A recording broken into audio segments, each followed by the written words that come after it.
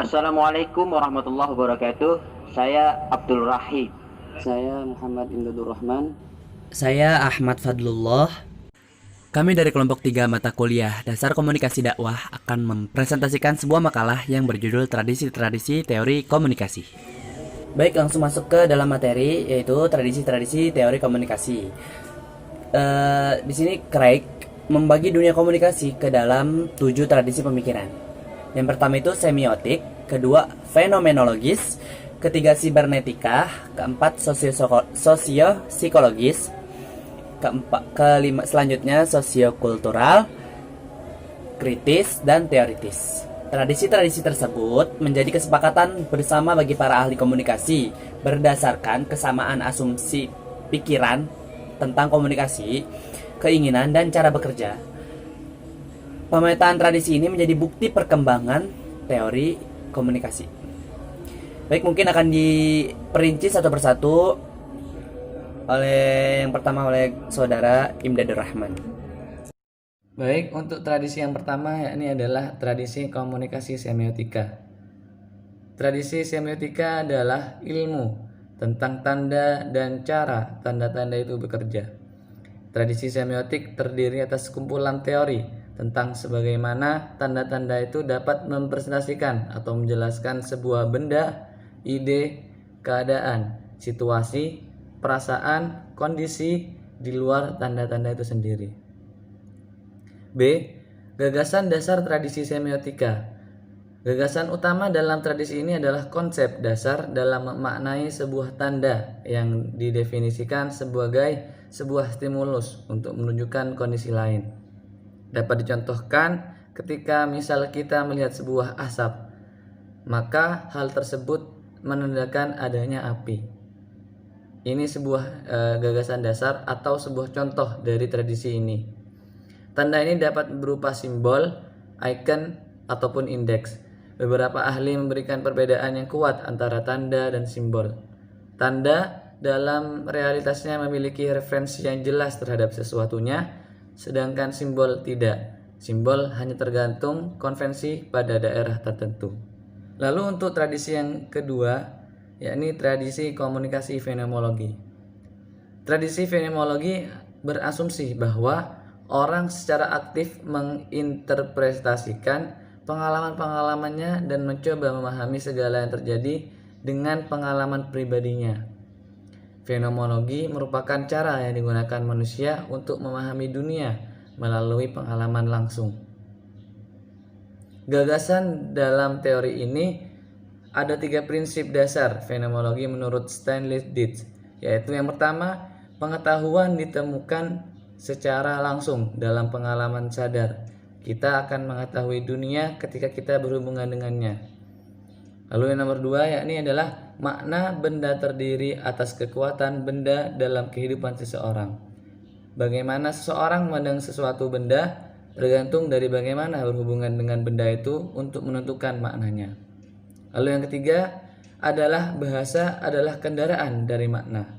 Semua orang mengalami dunia melalui bahasa yang digunakan untuk mendefinisikan dan mengekspresikan dunia itu. Baik, Assalamualaikum warahmatullahi wabarakatuh. Di sini saya akan melanjutkan nomor 3, yaitu tradisi komunikasi sibernetika. Apa itu sibernetika? Sibernetika merupakan tradisi sistem-sistem kompleks yang di dalamnya banyak orang saling berinteraksi, mempengaruhi satu sama lainnya. Dalam tradisi ini menjelaskan bagaimana proses fisik, biologis, sosial, dan perilaku bekerja. Gagasan dasar tradisi sibernetika. Sibernetika dalam kesan yang sempit dipopulerkan oleh Norbert Wiener pada tahun 1950-an. Sebagai kajian sibernetika merupakan cabang dari teori sistem yang memfokuskan diri pada putaran timbal balik dalam proses-proses kontrol. Konsep ini mengarahkan pada seorang atas pertanyaan-pertanyaan tentang bagaimana sesuatu saling mempengaruhi satu sama lain dalam cara yang tak berujung. Jadi dalam tradisi ini konsep-konsep penting yang dikaji antara lain pengirim, penerima informasi, umpan balik, redundansi, dan sistem. Walaupun dalam tradisi ini seringkali mendapat kritik terutama berkenaan dengan pandangan asumtif yang cenderung menyamakan antara manusia dengan mesin dan menganggap bahwa satu realitas atau gejala timbul karena hubungan sebab akibat yang linear. Selanjutnya nomor 4, tradisi komunikasi sosiopsikologis. Apa itu sosiopsikologis? Berangkat dari ilmu psikologi, terutama aliran behavioral. Psikologi sosial memberi perhatian akan pentingnya interaksi yang mempengaruhi proses mental dalam diri individu. Aktivitas komunikasi merupakan salah satu fenomena psikologi sosial seperti mempengaruhi media massa, propaganda, atau komunikasi antar personal lainnya. Gagasan dasar tradisi sosiopsikologis. Tradisi ini mengkaji individu sebagai makhluk sosial. Merupakan tujuan dari tradisi sosiopsikologis berasal dari kajian psikologi sosial. Tradisi ini memiliki tradisi yang kuat dalam komunikasi. Tradisi ini mewakili perspektif objektif dan saintifik. Penganut tradisi ini percaya bahwa kebenaran komunikasi bisa ditemukan melalui pengamatan yang teliti dan sistematis. Tradisi ini mencari hubungan sebab akibat yang dapat memprediksi kapan sebuah perilaku komunikasi akan berhasil dan kapan akan gagal. Adapun indikator keberhasilan dan kegagalan komunikasi terletak pada tindak perubahan yang terjadi pada perilaku komunikasi. Semua itu dapat diketahui melalui serangkaian eksperimen. Kemudian selanjutnya apa itu tradisi kritik? Tradisi kritik adalah tradisi yang dapat menjelaskan lingkup komunikasi antar personal maupun komunikasi bermedia. Komunikasi dalam tradisi ini diharapkan dapat berperan sebagai alat transformasi masyarakat. Kemudian gagasan dasar tradisi kritik. Gagasan dasar tradisi kritik ini berangkat dari asumsi teori-teori kritik yang memperhatikan terdapatnya kesenjangan di dalam masyarakat. Proses komunikasi ini dilihat dari sudut pandang kritik.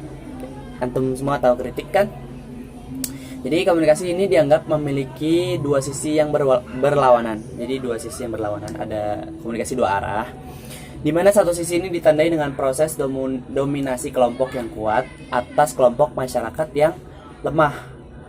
Pada sisi lain, aktivitas komunikasi mestinya menjadi proses artikulasi bagi kepentingan kelompok masyarakat yang lemah. Baik, kemudian kita beranjak ke 7 tradisi retorika.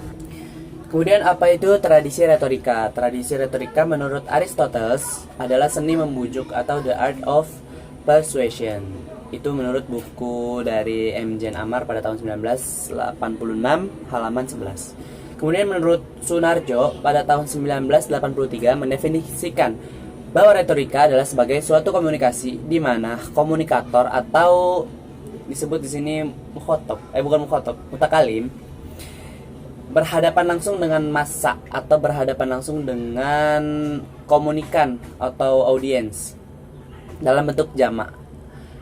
Di sini Aristoteles berpendapat bahwa retorika itu sendiri adalah bersifat netral. Maksudnya adalah orator itu bisa memiliki tujuan yang mulia atau justru hanya menyebarkan omongan yang tidak sesuai atau bahkan dusta belaka menurutnya. Kemudian gagasan dasar tradisi retorika ini melihat bagaimana seseorang melakukan sebuah orasi atau si orator ini dan menitik beratkan pada aspek etos, patos, logos. Etos berfokus pada kecerdasan sang orator dalam mengolah kata-kata dan menyampaikannya pada audiens. Kemudian patos adalah merujuk pada emosi pendengar, yaitu perasaan para pendengar dalam menerima pesan, dan logos itu merujuk pada aspek logis, dilihat dari tingkat logistiknya atau masuk akalnya atau tidak. Seperti itu kira-kira. Kemudian teman-teman. Oke teman-teman, sesi pertanyaan dibuka. Bagi para penanya yang ingin bertanya silahkan.